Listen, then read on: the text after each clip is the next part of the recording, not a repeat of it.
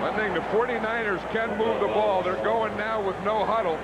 Again, I think the thing that's going to haunt them is when they got inside that 20, that second and third down play, and then, of course, the fourth down play being the field goal. They just kind of came unraveled the last time they got down there. 1st and 10, San Francisco at the Dallas 48. 3.5 minutes left to play. The handoff is to Logan. Norton was there in a hurry, along with Darren Smith. Written down by 59 Darren Smith and number 51 Ken Norton. 49ers up in a hurry. Young doesn't see, and behind him is Charles Haley. Young never saw him. And Charles Haley keeps fighting and fighting and fighting. He lined up on the left side. He was going against Harris Barton. He got around Barton. He just kept going and going and going until he finally got to Steve Young. Watch him down here in the bottom. 94. See, he hits with the left, does a rip with the right, goes beyond him, but then he keeps coming back. A lot of ends will go beyond and then stay out there. Haley goes beyond, and then whap, he comes back and makes a play. So Haley gets a sack. And that's his second big play. Remember the first one when he got the sack and the fumble on Steve Young. Charles Haley makes things happen. He raises havoc.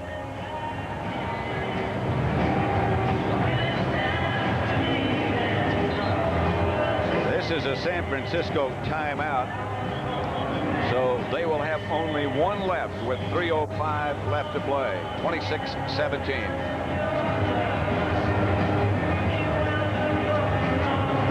Those of you who watched Phoenix overwhelm the Redskins 36-6. We're at Texas Stadium, where it's been a tough fought battle. The Cowboys leading 26-17. Michael Irvin has been the hero of the day for the Cowboys. This is Young, pulls it down, going to take off with it. Chased from behind by Jeffcoat. And Jeffcoat gets Steve Young down. Hey, that's the second play by a Cowboy defensive lineman just hustling. 2 plays ago, Haley did it. This time, Jeffcoat did it. Just stay with it, stay with it, stay with it, and you finally get it. And it's 4th down. And about 7. And Young back to throw. Ducks away and is taken down, this time by Jimmy Jones.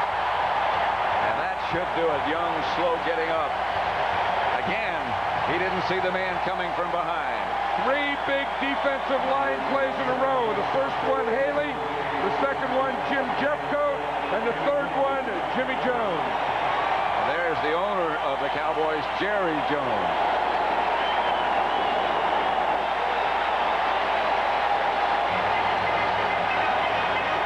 The 49ers battled him. The 49ers had him going. Steve Young. Steve Young's thinking. Disgusted. Yeah, when he needed the protection, he didn't get it. But I still think it all started on that last drive. That's when it was. Well, you know, in every case almost, the protection wasn't that bad. The rushers came from behind Steve Young. Just stayed with it. Here's Emmitt Smith, the flag on the play. Smith, clock continues to run. John Johnson brought him down. And that's going to be holding against the Cowboys. And that referee throws it back behind the line after the play is about 20 yards away from him. You know it's going to be holding on the offense. Today's game was produced by Bob Stinner and directed by Sandy Grossman. Coordinating producer of the NFL Today is Eric Mann. Holding on the offense, number 79, 10-yard penalty, repeat first down. NFL Today, directed by Larry Cavallina. Senior producer of the NFL on CBS is Ed Doran. The executive in charge of production is Rick Gentile. 2:23 left. I think you look at that huddle and that offensive line, they did a heck of a job for the Cowboys because they were the guys, like we talked about earlier, that made the blocks, that let Troy Aikman throw the ball so that Michael Irvin could make the catches. That was Novacek on the move, and the handoff again to Emmitt Smith. Emmitt gets a couple. Stopped by Ted Washington. Timeout, San Francisco. Timeout, San Francisco. That'll be their last one. This game is presented by authority of the National Football League, and this CBS telecast is intended for the private use of our audience. Any rebroadcast or other use of this telecast without the express written consent of CBS, the Dallas Cowboys, and the National Football League is prohibited. 26-17 with 2:15 left. The Cowboys, led by Troy Aikman and Michael Irvin, lead the game 26-17. You know, you look at Troy Aikman now, and when you think after watching him that if you had to say who's the best quarterback in football right now, that it would have to be Troy Aikman.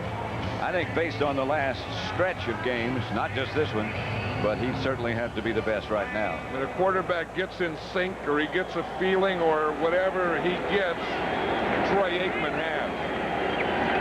Good size, good toughness, good command of what he wants to do and what North Turner, the offensive coordinator, wants done. He sees a lot and does a lot. Yeah, and then reading, you know, and being able to see it and read it and then do something about it. Emmitt Smith again. Stopped by McDonald. 2:09. And now we'll probably get the 2-minute warning before we get another play underway. 2 minutes left at Texas Stadium. It's left at Texas Stadium. The Cowboys have it. 3rd down and about 18 to go. So the 49ers will have another offensive chance. The handoff to Emmitt Smith, and he is nailed by Dennis Brown. Here are the Cowboys' schedule the next 5 weeks. A bye next week. Then the Philadelphia game at Philadelphia. That's been changed, by the way, to a late game, a 4 o'clock start. Then here against the Giants, and then Phoenix the next week, and then at Atlanta. And that might not be as simple as it once looked like it might be. Especially the Giants. I mean, you think of the surprise teams in football, and I think that the New York Giants and Dan Reeves and Phil Simms and what they've done has to be one of the biggest surprises, at least to me. And to me.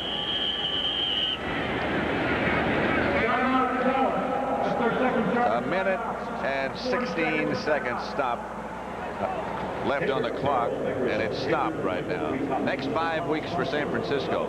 Phoenix, then the Rams, then another bye. They just had a bye last week. At Tampa Bay, and then New Orleans. New Orleans lost today. Lost badly. Yeah, you know, and that Phoenix thing doesn't look as easy as it did earlier because they beat the Redskins today. But I think that George Seifert knows that he has a good team. And maybe they're just not the best team, but they're still a playoff team. They're still one of the top teams in the National Football League. And this is going to be a tough defeat for them because they came very close to winning this game. Remember that Phoenix beat San Francisco last year. One of the few teams that did. John Jett back to punt to Dexter Carter. The only good thing that happened to the 49ers today is that the Saints lost, so they didn't lose another position in their division. Good kick by Jett. Signals fair catch, does Dexter Carter. Back at the 11-yard line. Flag on the play, back at the line of scrimmage. Elvis Patterson was down right in Carter's face, holding against Dallas. A minute 9 left. 26-17. Joe Avisano, who coaches the Dallas special teams, he said to me before the game, who else would make a trade like we just made? Trade Holding for special team players. Team number 58. 10-yard penalty. Repeat 4th down.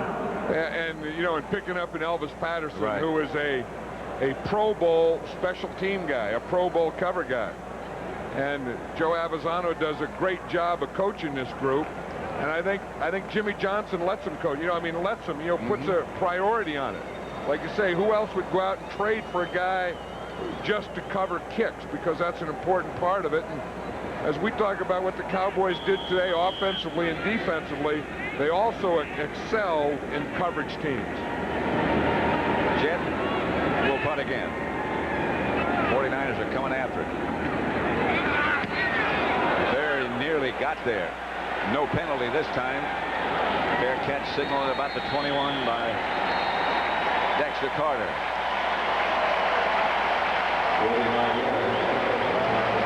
Elvis Patterson has learned already, Pat. He's giving salutes, and we were talking about making a trade for Elvis Patterson. What? First guy down.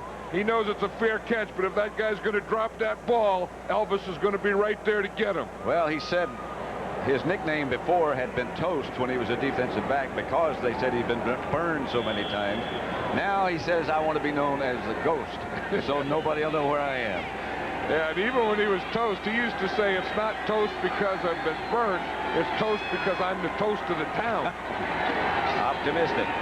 Rice is the intended receiver, and he is nailed by Washington. Jerry Rice by James Washington. He changed directions in a hurry, and a flag on the play.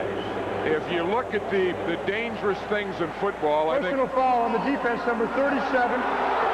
Elbow to the head. 15-yard penalty, first down. I think that's one of the most dangerous right now. You know, that inside of the field at about 10 or 15 yards. Right there where Jerry Rice is right now. I think of the dangerous things, I think those are the things that happen. Now, they said he went to the head. I don't think so. No. And you can, if you start at the shoulders, it's okay to go to the head. You can't start at the head. I think he hit him in the shoulders, and then the hand just went up.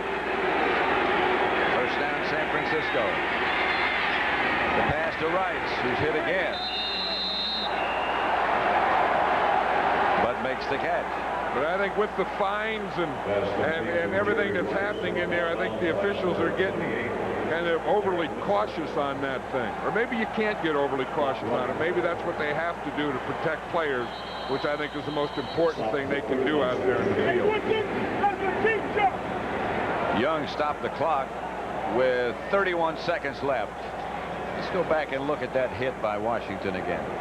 Again, now you can't hit him in the head first, but if you hit him in the shoulders first, then you come up to the head. That's okay. I think the initial contact was in the shoulders, and I would say that was okay. I mean, football's a tough game. This is a violent game, and there's going to be violent hits. And I think that was probably just a tough hit. Well, if they're not hits, not necessarily like that, but nothing wrong with that one, you won't see nearly as many people in the stands. It's to Rice again. He's tripped up. Yeah, that's what I'm sure what everyone is thinking now is, you know, why did they wait until they got 2 scores behind to get Jerry Rice involved in the game? 49er fans are probably thinking that. Jerry Rice is probably thinking that. He'd only caught 2 passes up until they got behind by 2 scores. And then he was in a position where it was going to be not enough too late. Steve Young stopped the clock by grounding the ball. Brock Marion checks out. Russell Maryland checks in. 4th and 2. 4th and 1. Young outside the logo. First down for San Francisco. But the clock continues to run. And Young's going to have to stop it in a hurry if he gets off another play. He'll get off one more. Well, if you had some rule where you could get like 9 points for a play, that'd be the one you'd want to call here. Well, remember, the kicker, Cofer, was hurt back on that field goal that went awry for the 49ers. I don't know if he'd be able if they needed a field goal. Well, like I said, they got 2 seconds and they need a 9-pointer. I don't think that's in the book. Here's Young chased by Jeffcoat. Steve Young scrambles down inside the 10, but the clock runs out. And Dallas, a hard-fought victory over San Francisco, 26-17. Laura Glenn is being dragged down by a tough cold, but she's about to break free with an effervescent rush of relief. Alka-Seltzer Plus cold medicine. Cowboys zone, but Dallas had the 9-point lead. They held on 26-17. One game still going. We told you Joe Montana had the Chiefs driving. Guess what? Marcus Allen scored his second touchdown of the game. Just under 2 minutes to go at the Murph. The Chiefs now lead the Chargers 17-14. And funny we should mention Joe, because coming up later in this edition of Crab Time, could Joe lead him to victory over the Chargers? He's certainly done his best, hasn't he? And Costa Verde. How did that scenario work out for the Browns?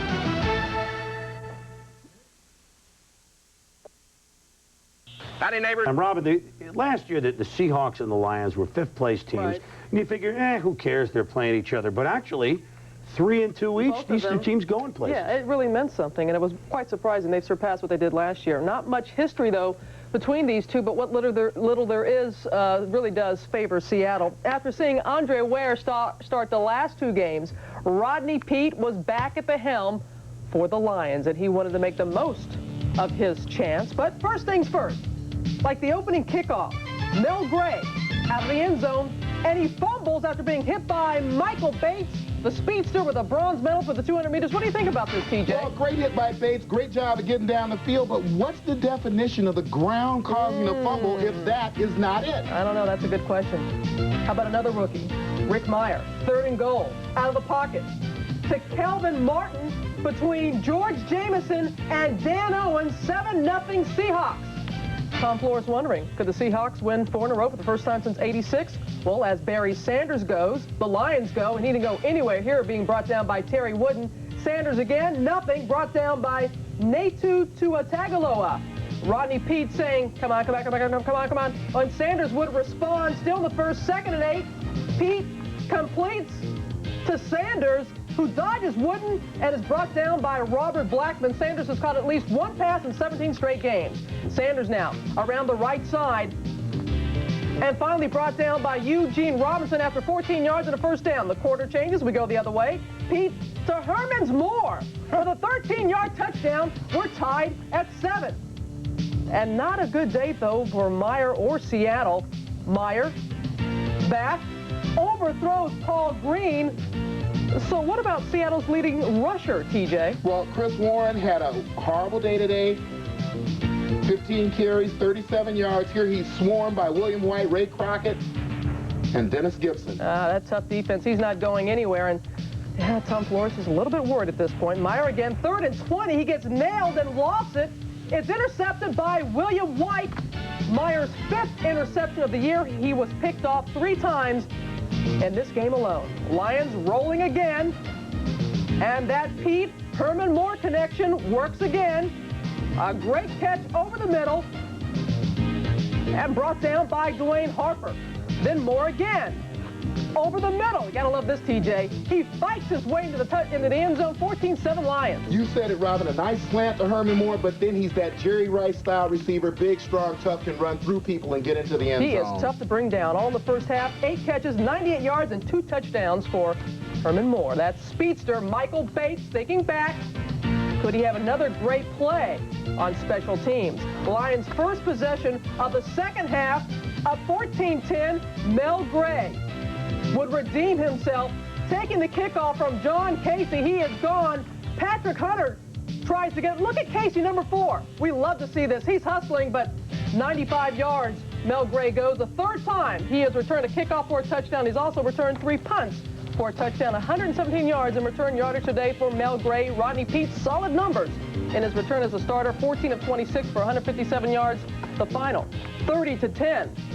Lions with the victory. It's just the 2nd time in 6 meetings that Seattle has lost to the Lions. They're now 0-4 when coming off a bye week. Herman Moore, he finished with 8 catches for 98 yards. The Lions 4-2 and alone atop the NFC Central. Boomer, of course, everybody else was off. The Norris division. Right. That's right. It's nice to be the only one playing and move ahead. It helps. It helps. And they are tough at home. I mean, that's a tough place to go in to win. I mean, teams a lot better than Seattle have gone in and struggled in that place. It's tough. They do well there. All right, the Browns and the Bengals. And speaking of doing well, one thing the Bengals have done is beat the Browns at Riverfront. They'd beaten them 5 in a row. Now, Cincinnati began the season scoring 14 points in the first quarter at Cleveland. Now, when Cleveland came back to win, it was a blow from which the Bengals have yet to recover. And, oh, by the way, today, Cleveland started, not Bernie Kosar, but they started my cousin Vinny. Vinny Testaverde at the helm for the Browns. As Bernie Kosar sidelines watching his friend, fellow alum from Miami, Vinny Testaverde.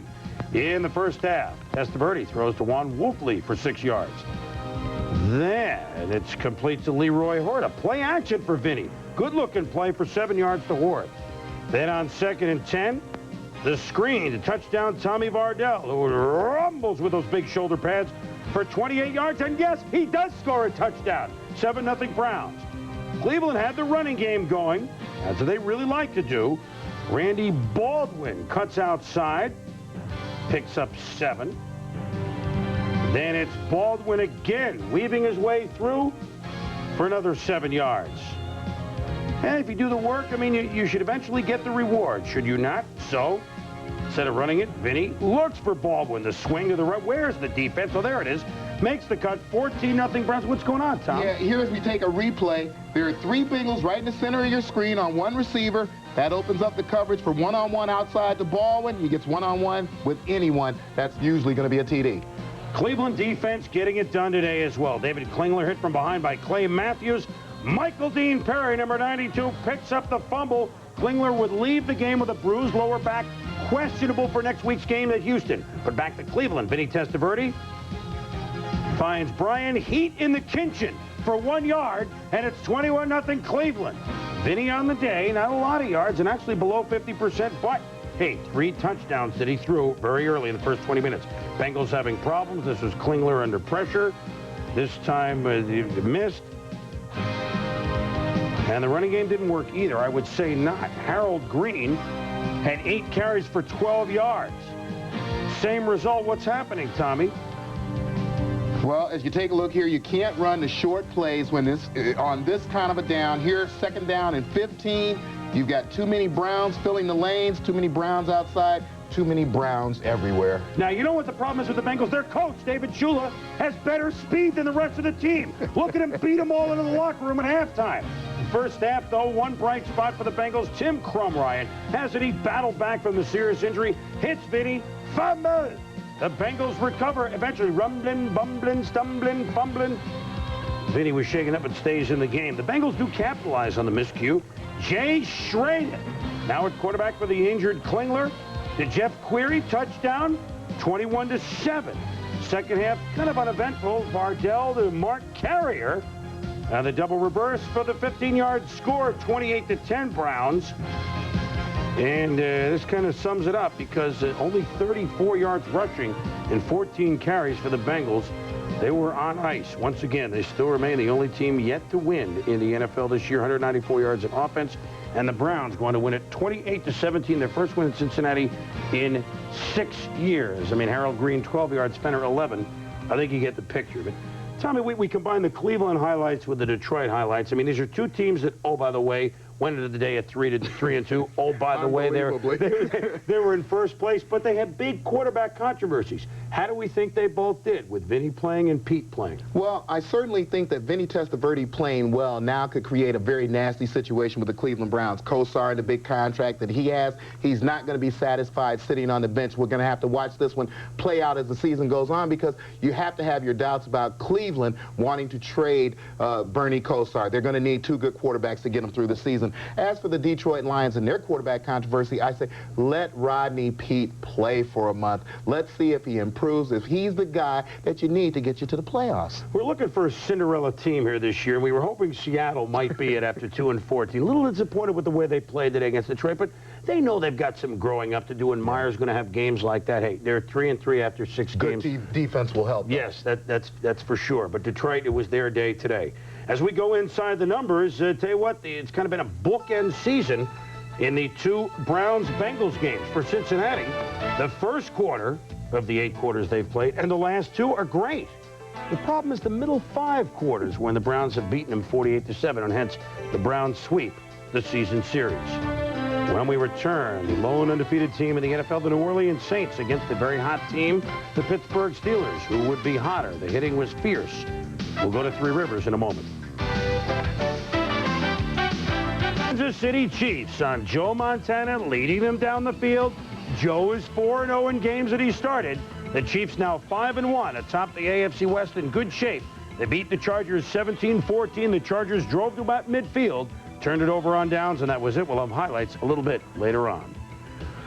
The New Orleans Saints, the lone undefeated team in the NFL after 6 weeks at 5-0. But today they went into a hornet's nest to Three River Stadium, where the Steelers have been a hot ball club. They've won their last 3, and they're really starting to assert themselves. Don't believe us? Well, then watch this. Saints, knowing they're in Steeler country. Second play from scrimmage from New Orleans. Wade Wilson hasn't thrown an interception in 107 passes. Oops. Rod Woodson with the deflection off Derek Brown, and he could go all the way with blocking. 63 yards, 7-0 Steelers, 2 plays in. Still first quarter. Wilson looks for Patrick Newman, and oh, what a pick by Rod Woodson, his 7th of the year. And this is what makes him the best cornerback in the NFL. Look at the concentration and the great catch with the hands. No receiver could have done that any better, Chris. Steelers would capitalize. They fake the back around, then the swing the other way to Barry's Foster. He lockers his way in for 20 yards at the touchdown. 14-0 the Steelers. Wade Wilson tries to bring the Saints back. He's had a great year to the rookie Irv Smith, but it's a fumble. And Dion Figures, another rookie who has figured prominently for Pittsburgh, recovers. Saints had turned the ball over only 4 times in the first 5 games. Today, 5 times. Mora. Jim needs some help today.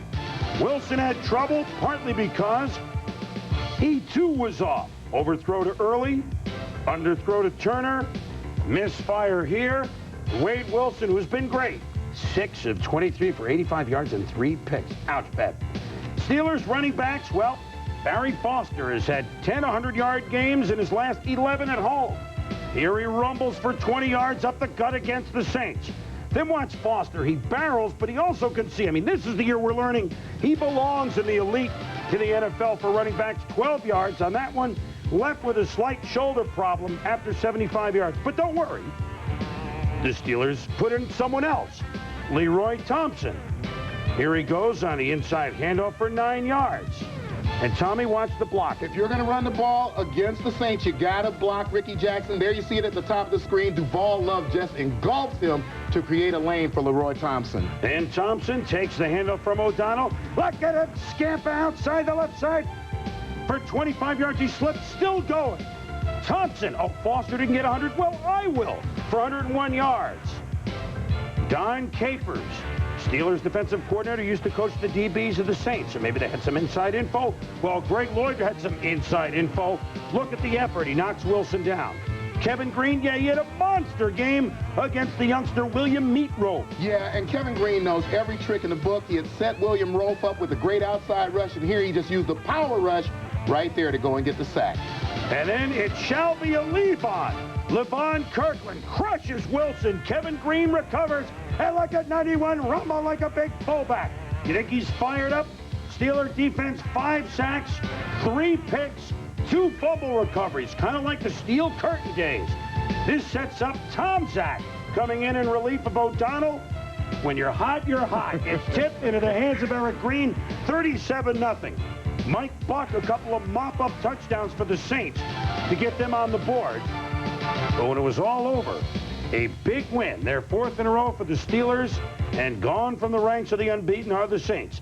37-14, the Steelers with 201 yards rushing against the New Orleans Saints, and 101 of those from Mr. Thompson. So, I mean, Tommy, the Steelers were 0-2. Well, first of all, Neil O'Donnell. He played well, but he was more impressed with his own defense. I'd hate to play against our defense. Those guys are intimidating. You know, it's everyone coming at you. Sometimes it looks like there's 20 guys on that field out there. Everyone's all over the place. I think overall we played well. We swarmed to the ball. You know, we're getting interceptions. We're making big plays, getting fumbles, getting the sacks on the quarterback. And we just everything right now on our defense and really on our offense. Everything's clicking. You just make the connection with the fans. I feel like I'm in WWF or something. I mean, they're screaming and hollering. It's a blessing to have the crowd behind you and playing right there beside you. It's a wonderful feeling. Tell you what, it is a wonderful one. WWF. I'll tell you what, they're playing like an NFC team is the way the Steelers are. And obviously they got some players, Tommy, they're physical, but Bill Cowher is a heck of a motivator, and I think he really relates to this team 0-2, they were in a little bit of trouble. They're not in trouble anymore. And Cowher, a former defensive coordinator, so he knows what wins championship games. The Steeler team has given up 2 TDs in 14 quarters of football now, and both of those TDs, as Chris said, were mop-up TDs. I talked this morning about the guys who key that, Greg Lloyd, Rod Woodson. Today, the first quarter that Rod Woodson had, and we'll go over the numbers later at the end of the show, it was absolutely, he played a whole career in 1 quarter of football. You know what's impressive about Woodson? How many of the top cornerbacks in football, I mean, you don't even throw over there. He's got 7 interceptions in 6 weeks, and you know they don't throw to his side. That second interception we saw, I mean, for a guy that good to get that many picks in the middle of October, I think that speaks for itself, Tommy. Tell you what else speaks for itself. When you run the ball, and if you don't give up rushing yards, this is usually a good equation. Today, the Steelers ran for 201 in their 4 wins. They've allowed a total now, that's a total of 156 yards. Well, that ought to work. When we return, there are 4-1 teams in the NFC East, squared off of the Meadowlands. Eagles, Giants. And the Giants tried to rumble over the Eagles like they rumbled over the Skins.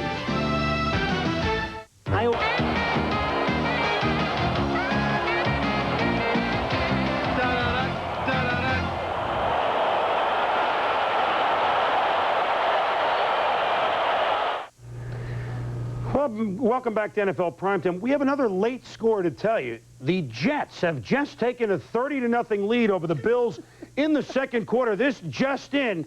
I know they don't play till next week, but this time the Jets are trying to build up that lead even earlier than they have for the rest of the season. We'll see what really happens next week. We know that what happened this week in the Meadowlands. You need a yuck every now and then. The Philadelphia Eagles were visiting the New York Giants, each team at 4-1. Now, no matter who's been a quarterback for the Philadelphia Eagles, they've had the Giants' number. They've beaten them 5 in a row. They've won 9 out of their last 10, usually off great athletic plays by offense, defense, special teams, everybody involved. Today, Dan Reeves got his first crack at trying to beat through that Eagles stranglehold over the Giants. Keith Millard getting pumped up literally for this game. The Eagles' first defensive play, though, double teamed by Brian Williams and Bob Cratch. Lewis Tillman gets tackled, but Millard gets bent over backwards. Diagnosis of sprained left knee. X-rays were negative, but he was gone for the day. 5 minutes left in the first quarter. Bubby Brister gone for the day, hit by Corey Miller. Right ankle rolls under him. It's a sprained ankle. We'll wait and see. But Bubby was gone, and so a guy signed only October 4th. Ken O'Brien got the job for the Eagles. Dan Reeves, well, Bill Sims has had the job all year. Look at him dumping off to Dave Meggett for 8 yards. Then Sims hits Aaron Pierce, one of his tight ends. A great catch, stays in bounds for 17. Then it's back to Meggett. And look at that little Meggett run. He evades a couple of tackles, and the Wes Hopkins knocks him out of bounds. Yeah, and then as they scored a touchdown, Phil Sims here going to Ed McCaffrey. Look at the time that he has to throw the ball in the red zone. Just too much. Too much time, Phil will kill you. He did it there, 7-3, G-Man. Swing kickoff by Sikahema. Nailed by Corey Widmer and Corey Raymond. Too many Coreys on the play. Vaughn Hebron takes the handoff. Nailed after 3 yards. That's a fumble at the bottom of the pile. LT. Richie Kotite watches the ref signal the other way, getting tight. Bill Sims back to pass. It's Mike Sherrard. You want to see a good play? Look at him avoid the hit. Turn this way. Whoop. Turn that way. There goes Mike Sherrard, looking as good as he has in years. But, oh, it wasn't the leg. Fortunately, he strained a hip on the play. MRI tomorrow. He didn't return. But Sims did to Howard Cross. Howard barrels down to the 1 for 14 yards, and then on the next touchdown, Tom. Something the Giants have always done well. Watch Kenyon Rashid lead Lewis Tillman, and I mean Lewis stayed right on his back and dove right into the end zone for that TD. 14-3 Giants. Minute 4 to go in the half. Sims floats to Chris Callaway, but it can't be. Howdy, because even though it's pass interference, he didn't catch it, so he can't do it. Sims looking for Callaway. It's Heidi, incomplete. Reeves says, so what? The Giants are up by 11 at the half, and we're going to go for more in the third quarter. Sims from the shotgun. Picked off by Mark McMillan. Now watch this. He wants the lateral to Eric Allen. No! Oh, he did it. Cross recovers for the Giants. Richie Kotite says, we've won on those plays, but not there. So, Sims to Mark Jackson, ball tip. McMillan picks this one off. Lateral? No, I don't think so. Lateral? No, I don't think so. Good return? Yeah, I think so. 17 yards. But the Eagles couldn't convert the interception. 10 minutes to go in the game. Ken O'Brien, picked off by Corey Miller, continues to impress. Miller runs crossfield, had a couple of sacks and a pick. Giants fans fired up. Team looking to go 5-1. Lewis Tillman, untouched into the end zone, 21-3. Now think about this. What's wrong with this picture? Meadowlands, former Jet Ken O'Brien to former Giant Mark Bavaro for a touchdown for Philadelphia. Somehow, that's crazy. And what's worse, former Giant Matt Parr, extra point for Philadelphia. It was weird. Rodney Hampton, well, would you say that Lewis Tillman has more than done his share filling in? I would guess so. 58-yard run for Tillman before he's finally run down by Eric Allen. Tillman, 20 carries, 169 yards. The most for a Giant back since Joe Morris ran for 181 back in 1986. So it's the Giants all alone at the top of the NFC East. The Giants beat the Eagles by the score of 21-10. And afterwards, the Giants fired up.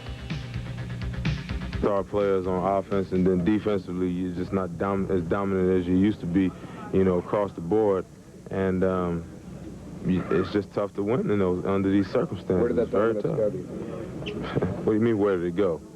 Don't ask no trick questions. No, I'm just saying today, the intensity and the tactics. Have you seen that dominance at all this year? Tell me. No. Have you? Okay, not from the line. Okay, so then why you ask me where's it gone?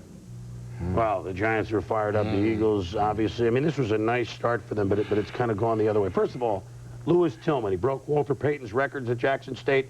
A little early to say he's going to break Walter's records in the NFL, but still, if he goes like this, it's pretty good as a backup for the Giants, isn't it? Yeah, and Chris, I think you make a good point. People always talk about a quarterback guru as far as coaches are concerned. Well, when I think about Dan Reeves, I think about Sammy Winder, Gaston Green, Bobby Humphrey, all guys who he was able to get 1,000 yards for during the season to send those guys to the Pro Bowl. Here, Rodney Hampton hurt, Lewis Tillman fills in. You already gave him the numbers. It's amazing what he's able to do with the running game when he puts his mind to it. Yeah, 100 yards. Skins are now today the best since '86. And you really got a feel for Philadelphia. I mean, 2 years ago when Randall got hurt, they went through McMahon and Gable and Kemp, Pat Ryan. They even signed David Archer. Now they got Bubby. He's hurt to Ken O'Brien. Who do you sign? Vlasic, Tupa, Jack Concannon, King Hill. I mean, Norm Snead. I'm not trying to make a joke of it. Right, though. It's too bad. They had something going, and they don't deserve all this after everything else they've gone through and had the 4-0 start. But now they're 4-2. Giants rushing against the Eagles in that 10-game spurt in which the Eagles won 9. Giants averaged 78 yards a game. Today, with the big game by Tillman, 210 yards. When we return, big game between the Cowboys and the Niners. We'll show you what happened. Well, the Phoenix Cardinals, they've struggled under Joe Bugle, and you figured the only place they wouldn't get healthy would be against the Washington Redskins. But I can't figure the season anyway. Don't even try. You know, thanks to a win at RFK in Week 2, the Cards had a shot to sweep their NFC East rivals for the first time since 1974. Of course, the Cardinals hadn't won since Week 2, and Washington hadn't won since the Monday night opener against the Cowboys oh so long ago, wasn't it? Mark Rippon's club lost 4 in a row, but instead, he gets in hot water, not a quick start. He gets sacked by Freddie Joe Nunn, a fumble, and the Cards recover. We're going to be talking about the big and the small today. The small is 5'8" Johnny Bailey, and look at him catch the ball and fight to the 20-yard line, and he's only 190 pounds. Could the Cards capitalize with Steve Berline at the helm? Berline is picked off in the end zone by Tom Carter. No offense, TJ, but I'll let you talk about the big of it. Robin here, Eric Swan, 295 pounds plus, and he was huge today. Look at him force Ricky Irvin's left just by pushing his man out of the way. That's great size and strength by Eric Swan. Then look at the pass rush. Look at him. First tackle Swan there. Moves mighty good for a big man. And actually forces a fumble right there. And then the great pass rush by Eric Swan right there. He was really unstoppable today, all 300 pounds of him. Cards finally get it going on offense, up 6-3 in the second. Burline tosses it to Anthony Edwards for a 49-yard gain down to the 8-yard line. But take a look at this. It looked good there. It's going to look really great when you take a look that the ball was actually tipped, but great concentration there by Anthony Edwards. Next play, Burline drops back and finds Ricky Prohl at the 1. Can the Cards break through? The rookie, Garrison Hurst, goes left and he gets in. 13-3 Cards at the half. Bugle may save his job after all. Garrison Hurst, not good news here at all. In the third, he runs left and he twists his left knee, the same one he hurt in college. See it again. It could be that anterior cruciate. He would not return in the game with a sprained left knee. But oddly enough, this seemed to fire up the Cards. They would catch fire as Burline goes deep for a wide open, twisting Ricky Prohl. A 42-yard score, 20-3 Cards. And then Size takes over. Keith Rucker just takes care of Ricky Irvin's. And then it's only fitting. Go on with your bad self. Swan with the capper, the safety, making it 22-3 at that point. And the Cards go on for the victory by a final of 36-6. Washington has been outscored 77-13 in their last 2 games. Ricky Prohl, 5 catches for 115 yards and a touchdown. Ron Moore, 13 carries, 80 yards and a score. It is a 4th straight game that Ricky Prohl has scored a touchdown. 5 straight losses now for Washington. Their worst losing streak since they began 1981 at 0-5, and that just so happened to be Joe Gibbs' first year as a head coach. Now Richie Pettibone remembers that one, sure but he does. boy, the far cry from that opening Monday night. Hard one to figure. I know Richie's scratching his head for sure. And the Cardinals, not since Air Coryell. 2 victories, both against Washington. Unreal, unreal. Well, 2 things we can figure out, Robin. The Dallas Cowboys and the San Francisco 49ers, big-time contenders. Last year, they met in the NFC title game, which, as everybody knows, Dallas won at the stick 30-20, and it proved that Dallas belonged with the NFL elite. This year, San Francisco going back to Dallas, trying to prove that they belong with the elite. Emmitt Smith had a 100-yard game in the playoffs last year against the Cowboys, but it's a fumble. Eric Davis picks it up, and it's the Niner defense that converts. Touchdown, 47 yards, 7-0 San Francisco. Yeah, and it's a great job by John Johnson here of stripping the ball from Emmitt Smith. As you watch the replay here, he grabs him, pulls him back to the defender, and then is able to strip the ball out. It's a great play to force that fumble. And Davis converts for the touchdown. But the Niners couldn't keep it going because Martin Harrison just rails John Jett. 2 signings, by the way, the last week for Dallas. Elvis Patterson here and Joe Fishback. Both special teams, outstanding players. That signing paid off right there. Chris, you got to be smarter, though, than to lower your head and run into the kicker without even trying to avoid him. Well, Steve Young avoided the rush to Brent Jones. Oh, he can't come up with it. Everett with the hit. Young knows they missed the opportunity. The 49ers only lead 10-3. Troy Aikman had some trouble early. Niners defense played well. Novacek dropped it here. Then the Moose is on the loose. Darrell Johnson, but the throw's a little low and a hit there. And Novacek drops another. Jimmy Johnson says, well, I better go for the field goal. Eddie Murray converted. It's 10-6 San Francisco. Dallas D now stripped Steve Young of the ball. Haley made the hit. Darren Smith made the recovery, but what did Charles do here? Well, Haley made the hit in the form of a kick. There you see the nice leg whip right there. And then the second kick after the ball is out, making sure it's out, Chris. Yeah, the kick was up and good. Aikman passes to Irvin, tiptoes to the 1, sets up Darrell Johnson with the lead block for Emmitt Smith. And it's 13-10, the Cowboys in the lead. Then the Michael Irvin show between 3 defenders. And Irvin, you know how powerful he is, Tommy. Yeah, you watch Michael Irvin run this pattern, gets on Magruder, gives him a nice little push, gets the separation. He's just bigger than most defenders are usually used to dealing with out on the corner. Well, Magruder was put in a tough spot because Don Griffin, their best corner, went out early with a dislocated left shoulder, so Magruder had to try and guard Irvin. Didn't work. 9 receptions in the first half, 12 overall. Another 100-yard game for Michael Irvin. The Cowboys lead at 16-10. Emmitt Smith, a 6-yard burst up the middle. Then off a pitch, he cuts off left tackle for another 6-yard burst.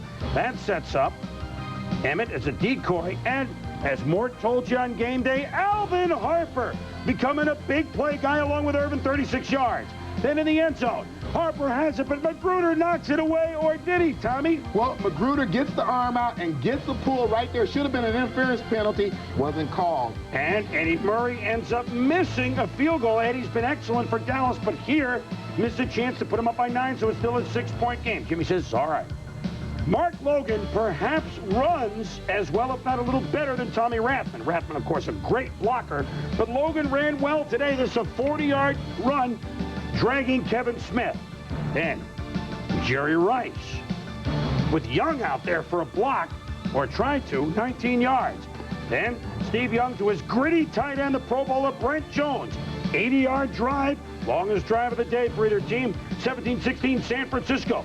Late third quarter, Russell Maryland, the strip of Logan. Tony Casillas recovers. Dallas in business. Up top to Michael Irvin. 36-yard touchdown, beating Magruder. 23-17, boom, Dallas. In addition to all the other talents that Michael Irvin has, look at the tremendous concentration to bring that ball back in what looks like on the 3rd try. Kenneth Gant and Michael Irvin saluting. Key moment. Niners set up for a field goal. Klaus Wilmsmeyer can't handle this snap. He's from Louisville, Tom. Dallas recovered. A big turnaround at this point. 49ers then done in by penalties. Unsportsmanlike conduct. And then after the interference call, then Fagan penalized for a late hit on Aikman. Leads to a field goal, 26-17. Last gasp, 3 minutes ago for the 49ers. 4th and 7. Young tackled from behind by the handyman, Jimmy Jones. Jerry Jones ecstatic. Steve Young, well, he knows the Niners have fallen to 3-3. Had a chance to pick up ground on the Saints, but they could not do it. The Saints lost, but so did the Niners. Dallas wins it by the count of 26-17, and really, I think defense, Tommy, did a better job here, certainly for San Francisco, than they thought. The turnovers kind of set up Dallas for their scores, and then too much Michael Irvin, 12 receptions, over 103 straight weeks. Well, I think Dallas was obviously the stronger ball club today, but I pay attention to that second to the last drive for the 49ers. They self-destructed in the form of a botched field goal. You come back, you have 2 penalties worth 30 yards, which gets Dallas a field goal and eventually eliminates you from any chance of victory that you may have had. Yeah, because you're down on very un-49er-like, that sort of development. Yeah. And they got to go back to the drawing board. Now that they played pretty well at Dallas, not good enough. Boy, 3-3. It took them the entire season, including the playoffs, to lose 3 games last year. 100-yard games? Well, we told you about Lewis Tillman. Barry Sanders, we've seen his name before. Leroy Thompson, welcome aboard for the Steelers. Oh, by the way, all 3 guys run winning teams. When we return, the legend lives on. Joe Montana, late again. City Chiefs met the San Diego Chargers in the first round of the playoffs. The Chargers waxed them 17-0 at the Murph. Joe Montana, though, in the saddle this year for Kansas City. He plays the par 4s, as we've said. This is a long par 4 at San Diego. But when Joe plays, usually good things happen for everyone involved. Bobby Ross knows that. No touchdowns at home for the Chargers in '93, even though they won both of their home games. John Freese goes deep to Anthony Miller with a beautiful pass. He beats the double coverage. It's 84 yards. Touchdown, Lightning Bolts. But wait. Hold San Diego. Yeah, you watch Neil Smith trying to get a rush, and Harry Swain just grabbed him, and that's what caused the penalty. Joe Montana rolls left, and he finds Marcus Allen. Touchdown!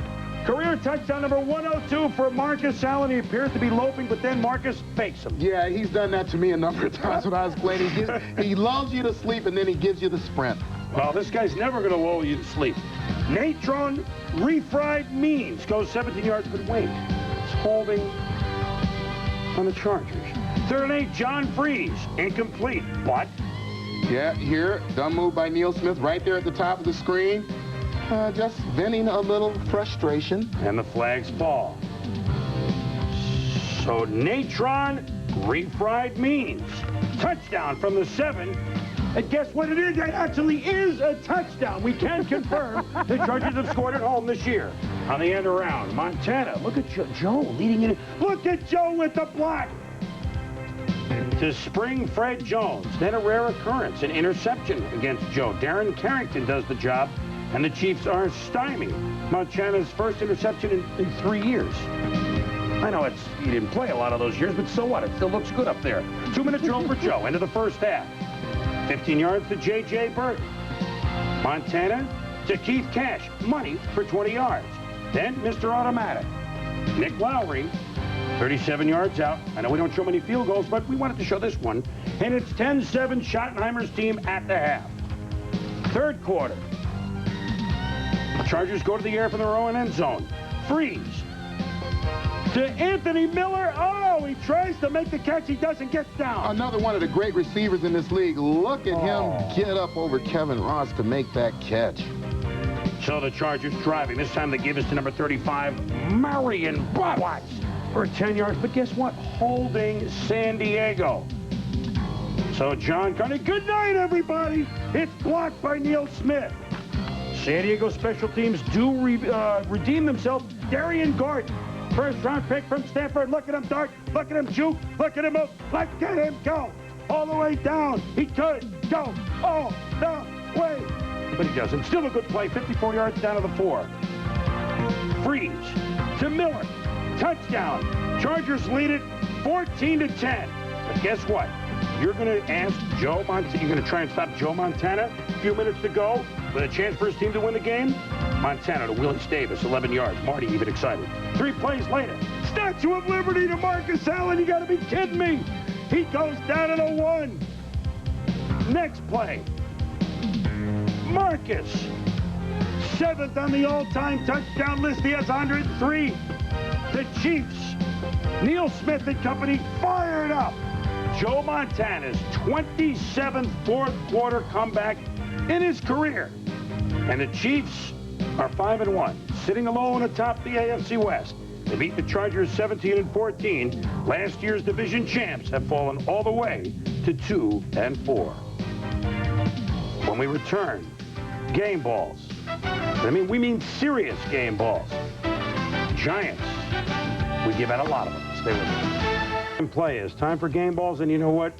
When Lewis Tillman runs for all those yards and the Giants run for over 200, I'm giving it to the Giants' offensive line. Coach Pete Mangorian and company look at Cratch and Riesenberg and Cross. William Roberts pull, and yeah, nobody touches Tillman. Cratch, Riesenberg, Brian Williams, Jumbo Elliott, William Roberts. I know Bart really didn't play much today, but you get one too, Bart.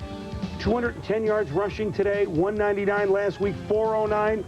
He's real fine, my 409. My game balls go to the Giants' offensive line. Robin? Well, Chris, remember in week 1 I gave Pat Swilling my first game ball. He didn't see much action today because of a bad ankle, but his teammate Chris Spillman came up big. Here getting Chris Warren from behind the line. A huge day for Spillman in the Lions' victory over Seattle. 12 tackles, 1 fumble recovery. That's why Chris Spillman gets my game ball, TJ. And my game ball goes to maybe the player of the day playing for the Pittsburgh Steelers. There's Rod Woodson taking the deflection off Derek Brown. That's interception number 6 for him. He runs that one 63 yards for his first TD of the year.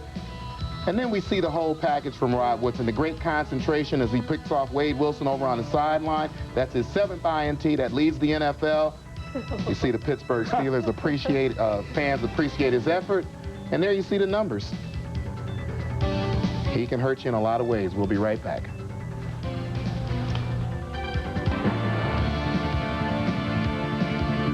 NFL Primetime has been brought to you by McDonald's. What you want is what you get at McDonald's today.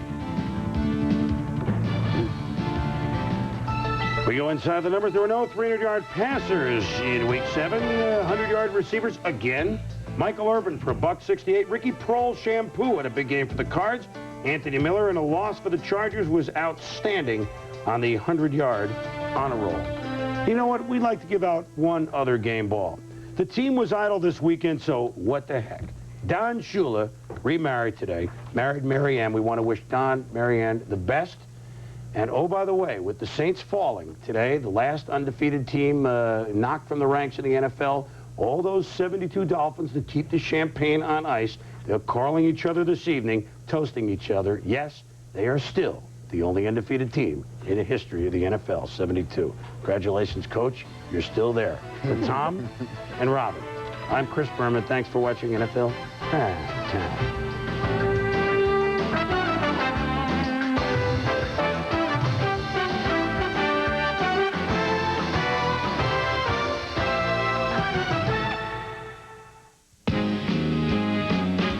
It's the challenge.